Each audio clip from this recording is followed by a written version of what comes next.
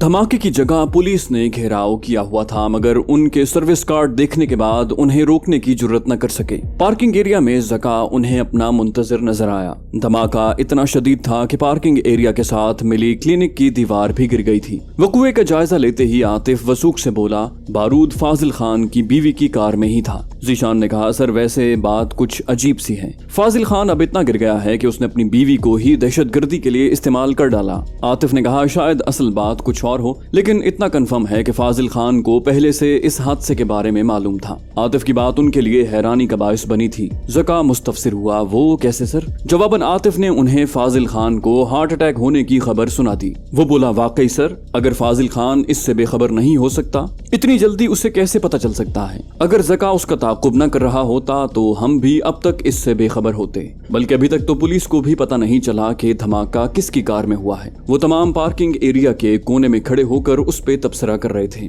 आतिफ ने कहा, मुझे एक और शक हो रहा है, बल्कि उम्मीद वासिक है कि ऐसा ही हुआ होगा। वो बैक जबान बोले, वो क्या सर? आतिफ ने कहा, फाजिल खान की बीवी जिस सुजुकी में सवार थी, ये कुछ देर पहले ही एक मशकूक शख्स लेकर आया था और उस कार के अंदर फाजिल खान के हुक्म पर ही बारूद फिट किया गया होगा। अब उसकी बीवी इस बात से अनजान थी। वो डॉक्टर को मिलने आई तो उसने सोचा होगा कि नई कार को ही इस्तेमाल कर लूं, या फिर उसकी अपनी गाड़ी में कोई खराबी हो गई होगी। इस बात की तस्दीक यूं भी होती है कि घर आते ही जब फाजिल खान को ये मालूम हुआ कि उसकी बीवी ये कार लेकर डॉक्टर के पास गई है, तो ये सुनते ही उसे हार्ट अटैक हो गया। ज़ीशान ने कहा, यानी कार लाने वाले को उठवा लिया जाए। आतिफ ने कहा, हाँ, तुम दोनों अख्तर के पीछे पहुंचो, इमरान और अकरम को भी बुला लो, मैं फाजिल खान की कोठी से होकर आता हूँ। ठीक है सर, कहते हुए दोनों अपनी गाड़ियों की तरफ बढ़ गए, जबकि वो अपनी कार में बैठकर फाजिल खान की कोठी की तरफ रवाना हो गया। कोठी के गेट पे ही उसे उस प्राइवेट हॉस्पिटल का एड्रेस मालूम हो गया जहां उसे ले जाया गया था। थोड़ी देर बाद वो उसके कमरे में दाखिल हो रहा था। दरवाजे पे खड़े फाजिल खान के मुहाफिजों ने उसे रोकने की कोशिश की, मगर उसका सर्विस कार्ड देखकर पीछे हो गए। फाजिल खान आंखें बंद किए चित लेटा था, जबकि हिना बाप के सरहाने की जानिब कुर्सी पर सोगवार बैठी थी। आतिफ को अंदर आते देखकर वो खड़े होते हुए बोली, आइए भैया। उसे देखकर आतिफ को अंदाजा लगाने में देर न लगी कि वो इस हादसे से लाइल्म थी। आतिफ ने उसका सर अपनी छाती से लगाकर उसके सर पर हाथ फेरते हुए कहा, छोटी,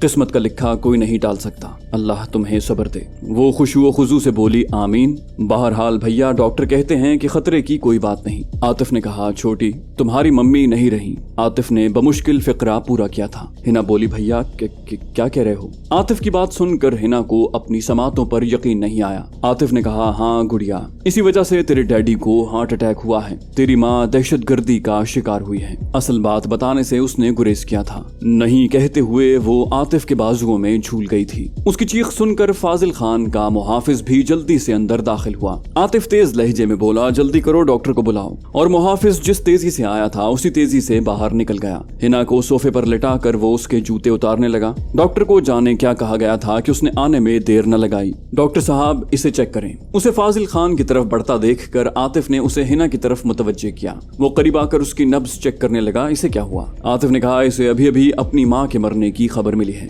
डॉक्टर बोला, ओह, सुनकर अफसोस हुआ। बहरहाल खतरे की कोई बात नहीं है, ये वक्ती शौक के ज़ेरे असर है। मैं सुकून आवर इंजेक्शन लगा देता हूँ, उठने पे बेहतर महसूस करेगी। ये कहकर उसने पास खड़ी नर्स को मखसूस इंजेक्शन लाने का कहा और खुद फाजिल खान का मुआयना करने लगा। जब तक वो उसके मुआयने से फारिग होता, नर्स मतलूबा इंजेक्शन ले आई थी। हिना को इंजेक्शन लगाकर वो आतिफ से मुखातिब हुआ, क्या इसके लिए भी इधर बेड लगवा दें? वो इनकार में सर हिलाते हुए बोला, नहीं डॉक्टर साहब, ये सोफे पर इजी रहेगी। डॉक्टर के जाने के बाद वो फाजिल खान के मुहाफिज से बोला, मासी को घर से बुला लो, मैं थोड़ी देर तक वापस आता हूँ। हिना मेरे बारे में पूछे तो बता देना कि उसकी अम्मी की लाश के सिलसिले में जरूरी कार्रवाई कर रहा हूँ। मुहाफिज ने इस बात में सर हिलाकर कहा, ठीक है सर, और आतिफ हॉस्पिटल से बाहर निकल आया। उसके बाद अपने इख्तियारात बरूए कार लाते हुए उसने हिना की वालिदा की लाश वसूल की ताकि उसकी आखिरी रसूमात की अदायगी हो सके। लाश क्या थी? गोश्त के लोथड़े, चंद चूरा हड्डियां और लिबास की अध जली धज्जियां थी। दायां हाथ जिसमें सोने की अंगूठी जगमगा रही थी सलामत रह गया था। चमड़े का पर्स भी टुकड़ों में तकसीम हो गया था, मगर उसमें मौजूद शनाख्ती कार्ड निस्बतन बच गया था। फाजिल खान की बीवी का ताबूत उसके घर में रखवा कर जब आतिफ वापस हॉस्पिटल पहुंचा तो हिना को होश आ गया था। आतिफ को देखते ही वो चीख मार कर उससे लिपट गई।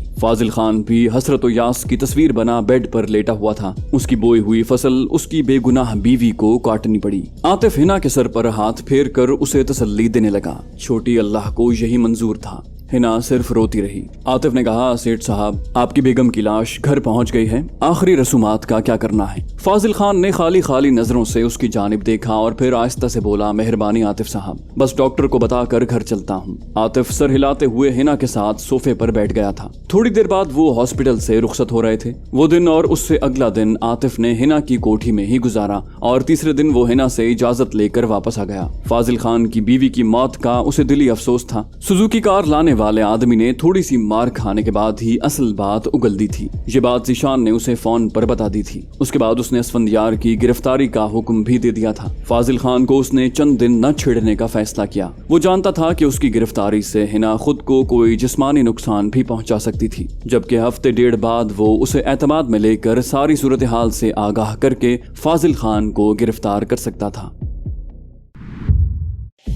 रोहित का गिरफ्तार हुए चौथा दिन था। इस दौरान उससे किसी किस्म की बाज़पुर्स नहीं की गई थी और ये खामोशी उसे किसी तूफान का पेश खैमा लगती थी। उसने एक दो दफा खाना लाने वालों से आतिफ से मुलाकात की तमन्ना जाहिर की थी, मगर वो खामोश रहे थे। और फिर चौथे दिन जब उसे गनमैनों के नरगे में कमरे से बाहर निकाला गया तो वो जान गया कि उसकी कमबख्ती की शुरुआत होने वाली है। वो ज़हनी तौर पर हर बुरी सूरत हाल के लिए तैयार हो गया था, मगर जब हथियार बरदार उसे लेकर एक बड़े हॉल में पहुंचे तो वो हैरान रह गया। उसकी बेड़ियां खोल के उसे हॉल में बंद कर दिया गया। थोड़ी देर गुजरने के बाद हॉल का दरवाजा खुला और आतिफ दर्जन भर अफराद के साथ अंदर दाखिल हुआ। अंदर दाखिल होते ही उसने पूछा, हाँ भाई मेजर साहब, क्या हाल हैं आपके? वो बोला, मिस्टर आतिफ, खुद को मुसलमान कहलाकर तेरी ये धोखाधड़ी वाकई अफसोसनाक है और फिर तेरे जैसे एजेंट से मुझे ये तवक्को नहीं थी। आतिफ ने कहा, यार वो क्या कहते हैं कि जंग और मोहब्बत में सब कुछ जायज होता है, या इसी तरह का कोई और मकूला? बहरहाल सही याद नहीं आ रहा।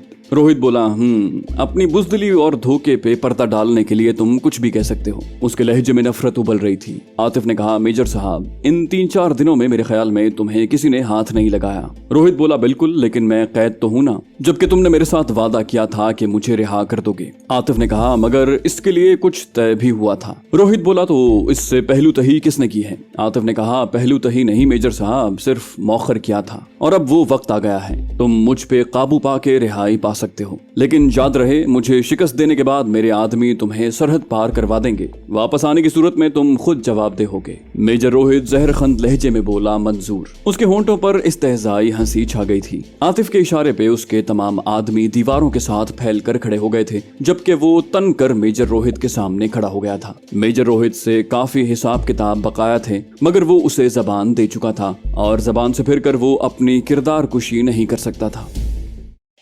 मेजर रोहित ने जैकेट उतार कर साइड पर फेंकी और पैंतरे बदलता हुआ आतिफ की तरफ बढ़ा। उसके अंदाज में बेपरवाही थी। आतिफ के करीब पहुंचते ही वो अपने बाएं पांव पे घूमा और उसकी दाहिनी टांग खतरनाक अंदाज में आतिफ के चेहरे की तरफ बढ़ी। अपनी जगह बदले बगैर आतिफ ने सर को हल्का सा पीछे किया और रोहित की किक खता हो गई। मूवमेंट रुकते ही वो उछला। इस मर्तबा उसने फ्रंट किक मारने की कोशिश की थी। आतिफ का बदन घुटनों से ऊपर पीछे की तरफ झुक गया। रोहित उसके सर के ऊपर से गुजर गया था। अगले लम्हे वो सीधा हुआ और अपना रुख मेजर रोहित की तरफ फेर लिया। उसके पांव करीब करीब उसी जगह बराजमान थे। इतनी जोरदार किक खता होने के बाद रोहित बमुश्किल खुद को गिरने से बचा सका था। उस वक्त अगर आतिफ चाहता तो उस पे कामयाब वार कर सकता था, मगर आतिफ ने अपनी जगह से हिलने की कोशिश नहीं की थी। मेजर रोहित झल्लाए हुए अंदाज में आतिफ की तरफ बढ़ा और खड़ी हथेली का वार आतिफ की गर्दन पर किया। आतिफ का बालाई बदन पेंडुलम की तरह दाएं तरफ झुका और मेजर रोहित का वार एक मर्तबा फिर बेकार गया। और फिर इससे पहले कि मेजर रोहित संभलता,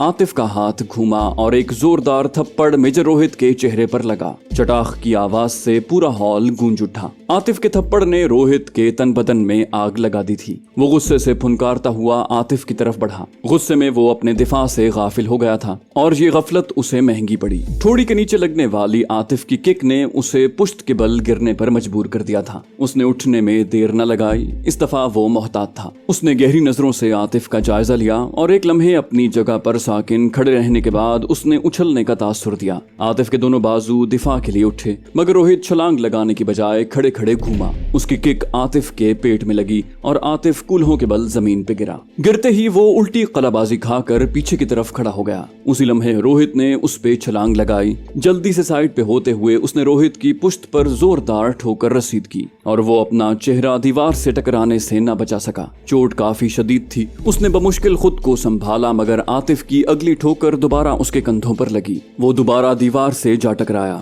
इस मर्तबा की टक्कर ने उसे जमीन पर बैठने पे मजबूर कर दिया था और फिर आतिफ के पांव जैसे मशीन की तरह चलने लगे। रोहित का बदन फुटबॉल की तरह उसके आगे उछलता रहा। चंद ठोकरें खाने के बाद रोहित को मौका मिला और उसने आतिफ का पांव पकड़कर खींचा। आतिफ उसके ऊपर गिरा और रोहित ने उसके गले में बाजू डालकर खींचा, लेकिन उसके गर्दन पर दबाव डालने से पहले आतिफ की दाईं कोहनी उसके माथे पर लगी और उसकी गिरफ्त ढीली पड़ गई। आतिफ तड़प कर उससे दूर हो गया। रोहित भी उछल कर खड़ा हो गया था, मगर उसके चेहरे पे नजर आने वाली गहरी परेशानी उसकी अंदरूनी हालत का पता दे रही थी, लेकिन इसके बावजूद वो शिकस्त मानने के लिए तैयार नहीं था। आतिफ से दूर होकर वो पंजों के बल उछलने लगा। इसका मकसद चोटों से होने वाले दर्द की शिद्दत को कम करना था। मेजर साहब, बड़ी जल्दी थक गए हो।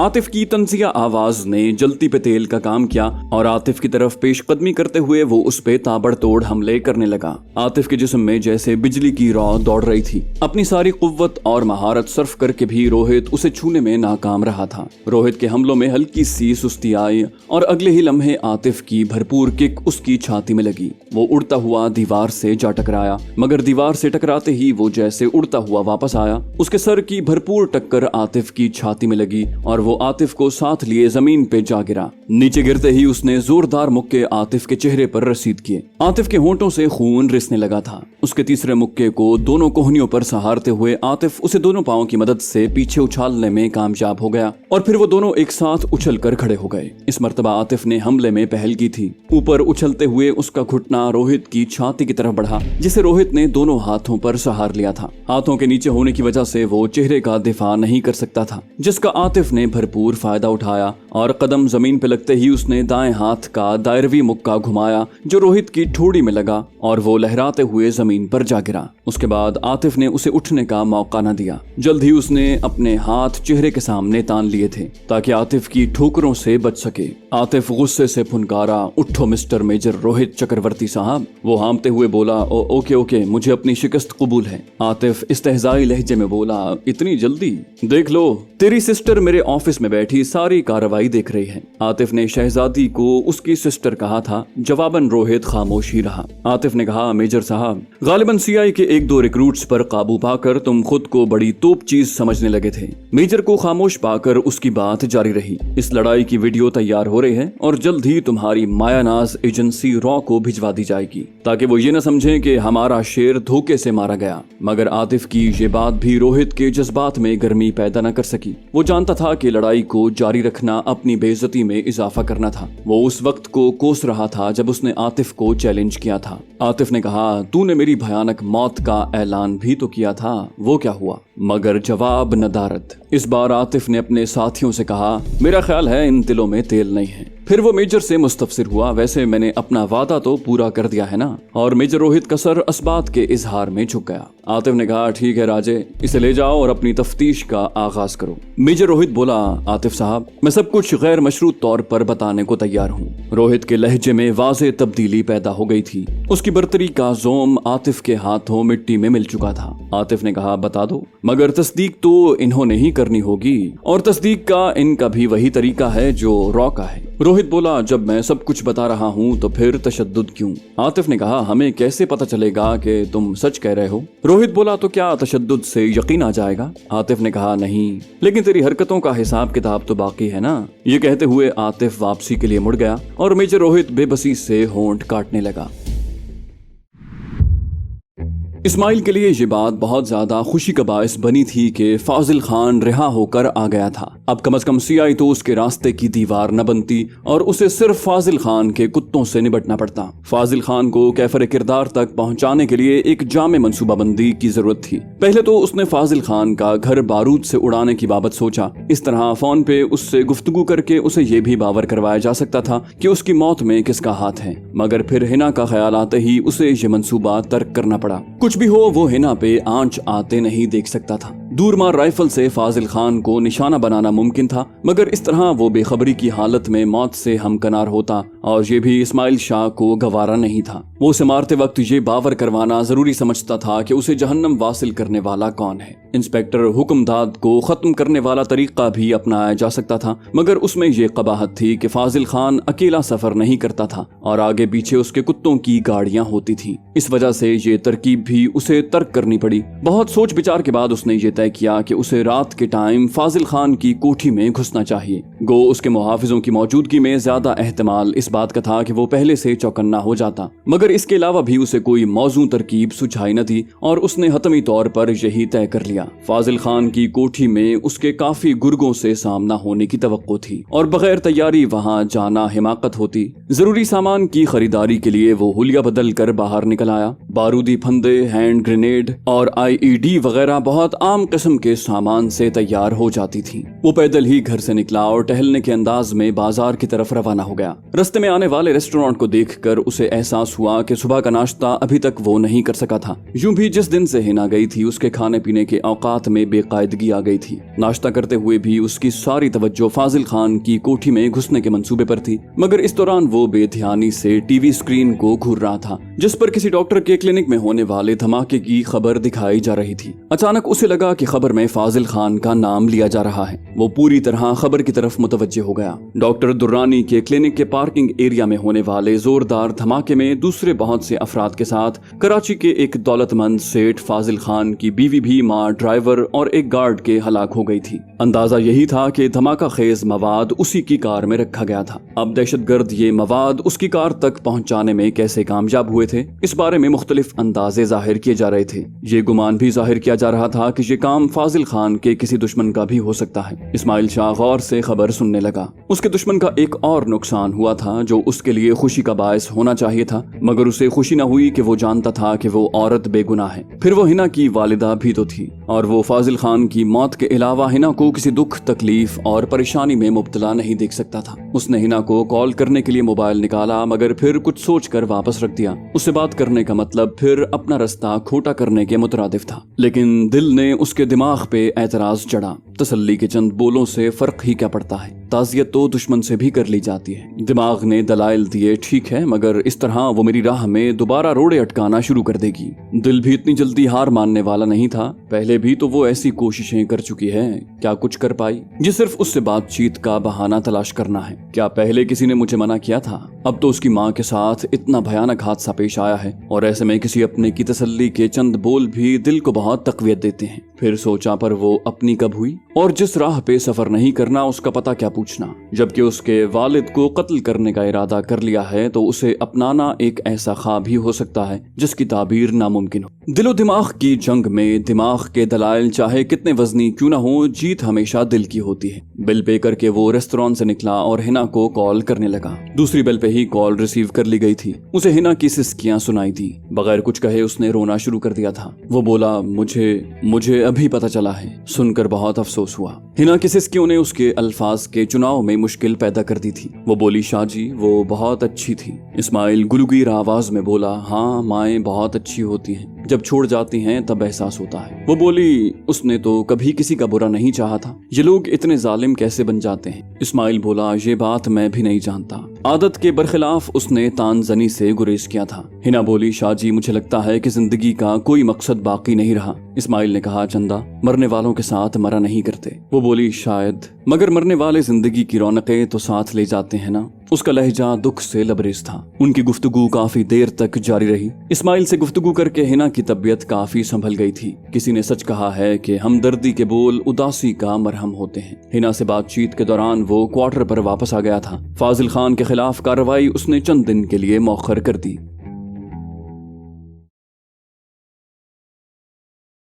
तो दोस्तों, ये थी हमारी आज की एपिसोड। उम्मीद करते हैं आपको हमारी कहानी पसंद आई होगी। जाने से पहले इस वीडियो को लाइक कीजिए और शेयर करना मत भूलिए। कमेंट करके हमें बताइए कि आपको हमारी वीडियो कैसी लगी। और अगर अभी तक आपने इस चैनल को सब्सक्राइब नहीं किया तो इसे सब्सक्राइब कीजिए और बेल आइकन दबाकर ऑल नोटिफिकेशंस ऑन कर लीजिए। कराची के इलाके कायदाबाद फ्लाईओवर के करीब धमाका। रोशनी के शहर कराची को तारीक करने की साजिशें बेनकाब। भारतीय एजेंसी रॉ की चालबाजियां, मक्कारियां, एक ऐसे नौजवान की दास्तान जिसे हालात ने दहशतगर्द बनने पर मजबूर किया। बदनाम ज़माना एजेंसी ब्लैक वाटर के गलीज धंधे। पाकिस्तानी ISI के कारनामे। मुल्क की खातिर कुर्बानियां। سنائپر اور بھگوڑا کے بعد پیش خدمت ہے ریاض عاقب کوہلر کا ایک اور شاہکار ناول دلدل۔